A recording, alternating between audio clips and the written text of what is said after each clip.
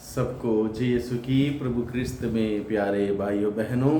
आज अक्टूबर की 18 तारीख है, बुधवार है और आज के दिन में कलीसिया संत लूकस सुसमाचार लेखक का पर्व मनाती है। संत लूकस ने प्रभु के नज़दीक रहकर प्रभु की सारी बातों को जानते हुए, समझते हुए, परखते हुए उन सारे प्रभु की जीवनी के तमाम पहलुओं को अपने लेख के द्वारा उस सुसमाचार लिखते हुए दुनिया के सामने प्रस्तुत किया। आज के दिन में इस महान संत को हम याद करते हैं और उनके मध्यस्थ मांगते, जिस प्रकार से उन्होंने प्रभु यीशु को, यीशु की जीवनी को, यीशु के संदेश को, यीशु के अद्भुत से अद्भुत कार्यों को अपने लेख के द्वारा दुनिया के सामने प्रस्तुत किया। उसी प्रकार से हम भी अपने जीवन के द्वारा लोगों के सामने, दुनिया के सामने वो सुसमाचार बन सकें। हमारे द्वारा हम प्रभु का संदेश दूसरों को देने वाले एक वाहक हम सभी बन सके। इसलिए इस संत के माध्यम से हम लोग आज के दिन में प्रार्थना करेंगे। आज के सुसमाचार के द्वारा हम सबों को बताया गया है कि हम सबों को सुसमाचार फैलाने के लिए चुना है और हर एक व्यक्ति की जिम्मेदारी है, जिसने बपतिस्मा ग्रहण किया है उसको ये मिशन कार्य दिया गया है। वो अपने जीवन के द्वारा, अपने आचरण के द्वारा, अपने बातचीत के द्वारा, अपने व्यवहार के द्वारा प्रभु का संदेश फैलाएं।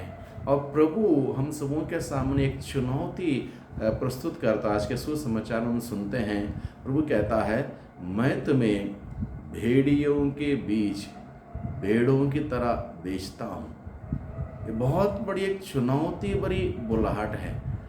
भेड़ियों के बीच भेड़ों की तरह बेचता हूँ। एक मिनट के लिए अगर हम कल्पना करें, सोचें, क्या एक भेड़िए के सामने जाएगा? क्या वो भेड़ को जिंदा छोड़ेगा? नहीं। तो यहाँ पर हमें इस बात को समझने की आवश्यकता है, प्रभु ने किस प्रकार की बुलाहट हमें दी है। भेड़िए का नेचर हमें समझने की आवश्यकता है। कैरेक्टरिस्टिक्स ऑफ भेड़िए ये क्या है? भेड़िए नॉर्मली क्या करता है? नुकसान करता है, अशांति फैलाता है, कंफ्यूजन कर लेता है, माहौल को बिगाड़ देता है। तो यानी कि प्रभु यीशु मसीह में क्या कहता है, मैं तुम्हें भेड़ियों के बीच भेड़ों की तरह बेचता हूँ। यानी कि भेड़िए के भांति व्यवहार करने वाले लोग, अशांति फैलाने वाले लोग, कंफ्यूजन क्रिएट करने वाले लोग, डराने धमकाने वाले लोग, जिनके पास जाने से खतरा, एक आतंकित स्वभाव के लोग, उनको हम समझ सकते हैं भेड़िए के नेचर वाले। तो ऐसे लोगों के बीच में हमें यीशु का संदेश को सुनाने के लिए प्रभु यीशु ने हमें चुना है, बुलाया है और ये जिम्मेदारी हम सबों को दी है। तो इस काम को कैसे करें, इस मिशन को अंजाम तक हम कैसे पहुंचाएं, ये बहुत बड़ी एक चुनौती भरी बुलाहट है। इसलिए इस बात को हमें समझने की आवश्यकता, हम इस बात से पीछे नहीं हट सकते। ये हमारा कर्तव्य है, हमारी जिम्मेदारी है। अन्यथा वो भेड़ियों के भांति जीने वाले, रहने वाले, कार्य करने वाले लोग हर जगह अशांति फैलाएंगे, हर जगह कन्फ्यूजन क्रिएट करेंगे, हर जगह वो एक डर का माहौल बनाए रखेंगे। तो ऐसे में इंसान कैसे जिएगा? तो सुसमाचार हम सबों को उन भेड़ियों के जैसे लोगों के पास लेकर जाना है। तो हम कैसे लेकर जाएं, इस बात पर हम आज के दिन में विचार करें। जैसे कि प्रभु का वचन हम सबों को बताता है, इसके बाद प्रभु ने अन्य 72 शिष्य नियुक्त किए और जिस जिस नगर और गांव में वे स्वयं जाने वाले थे, वहाँ 2-2 करके उन्हें अपने आगे भेजा। उन्होंने उनसे कहा, फसल तो बहुत है परंतु मजदूर थोड़े हैं, इसलिए फसल के स्वामी से विनती करो कि वह अपनी फसल काटने के लिए मजदूरों को भेजें। जाओ, मैं तुम्हें भेड़ियों के बीच भेड़ों की तरह बेचता हूँ। तुम ना थैली, ना झोली, ना जूते ले जाओ और रास्ते में किसी को नमस्कार मत करो।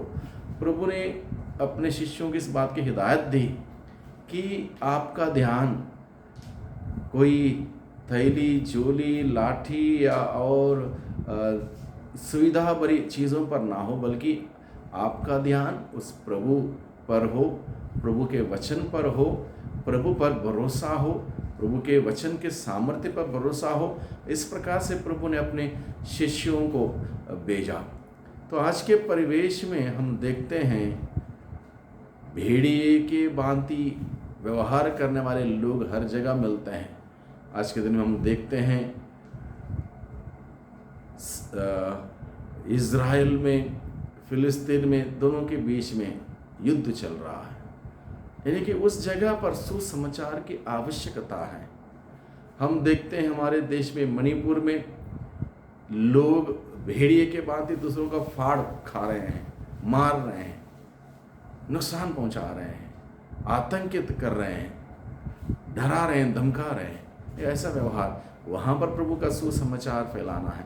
यानी कि ऐसे चुनौती भरे जगहों पर, चुनौती भरे ऐसे लोगों के सामने प्रभु का संदेश, प्यार का संदेश, शांति का संदेश, क्षमा का संदेश, मुक्ति का संदेश, उद्धार का संदेश लेकर जाने के लिए प्रभु हम सबों को बताता है। हर कोई व्यक्ति संदेश लेकर वहाँ पहुँच नहीं सकता, लेकिन हम लोग अपने ही स्तर पर उस संदेश को पहुंचा सकते हैं। प्रार्थना के द्वारा, मध्यस्थ करते हुए, ईश्वर के सामने गिड़गिड़ाते हुए हम उस संदेश को वहां तक पहुंचा सकते हैं।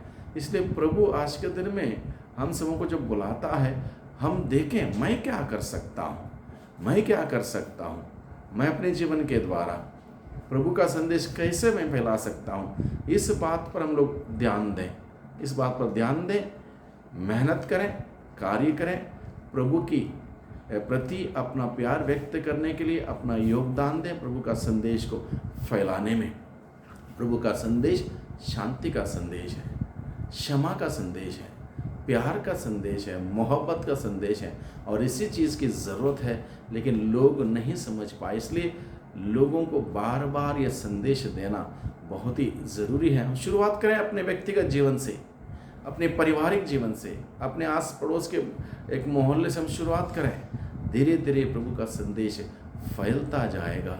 जहाँ जहाँ प्रभु का संदेश पहुँच जाएगा, वहाँ पर ईश्वर का राज्य का अनुभव होगा लोगों के लिए। अन्यथा ये शैतान का राज्य, दुखों का, पीड़ा का, परेशानियों का, बदले का, लड़ाई झगड़े का राज्य हम चारों तरफ से देखते हैं। प्रभु का राज्य फैलाने की जिम्मेदारी हम सबों को दे रखी है, इसको हम समझें।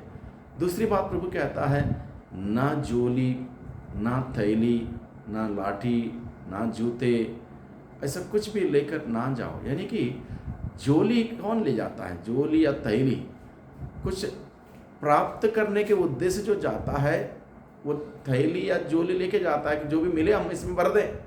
प्रभु कहता है इस उद्देश्य से ना जाओ, देने के लिए जाओ। प्रभु का वचन देने के लिए, लेने के लिए नहीं। जो लेने के लिए जाता है वो धीरे धीरे भेड़िया बन जाता है। भेड़िया हमेशा सोचता है मुझे मिले मैं बटोर के खा लूँ।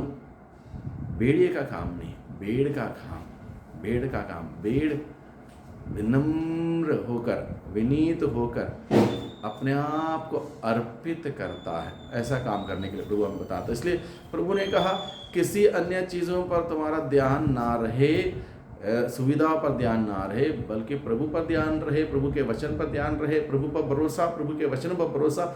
ऐसा हम आगे बढ़ें। आगे प्रभु का वचन बताता है, प्रभु ने अपने शिष्यों को जब भेजा इस प्रकार से, उनको अधिकार दिया रोगियों को चंगा करने का, अशुद्ध आत्माओं को निकालने का अधिकार दिया। यानी कि हमें यूं ही खाली हाथ नहीं भेजा, प्रभु ने अपना अधिकार दिया।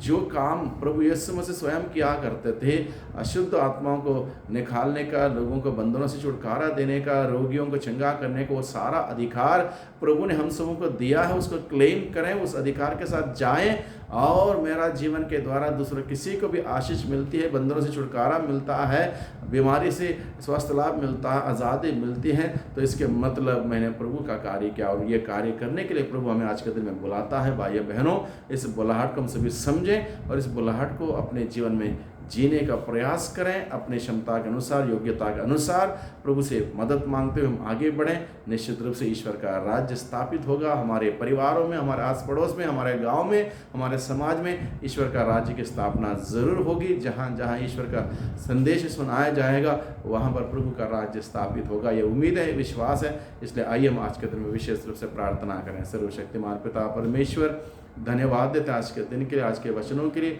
आज के दिन में प्रभु आपने हम सबों को हमारी जिम्मेदारी को याद दिलाया कि हम सबों को ये जिम्मेदारी आपने दे रखी है, चुनौती भरी जिम्मेदारी। इसको निभाने के लिए, इस जिम्मेदारी को बलि भांति निभाते हुए आपकी सेवा करने के लिए हम सबों को हिम्मत और शक्ति सामर्थ्य प्रदान कर दुआ करते हैं। उद्धारकर्ता यीशु मसीह के नाम से, आमीन।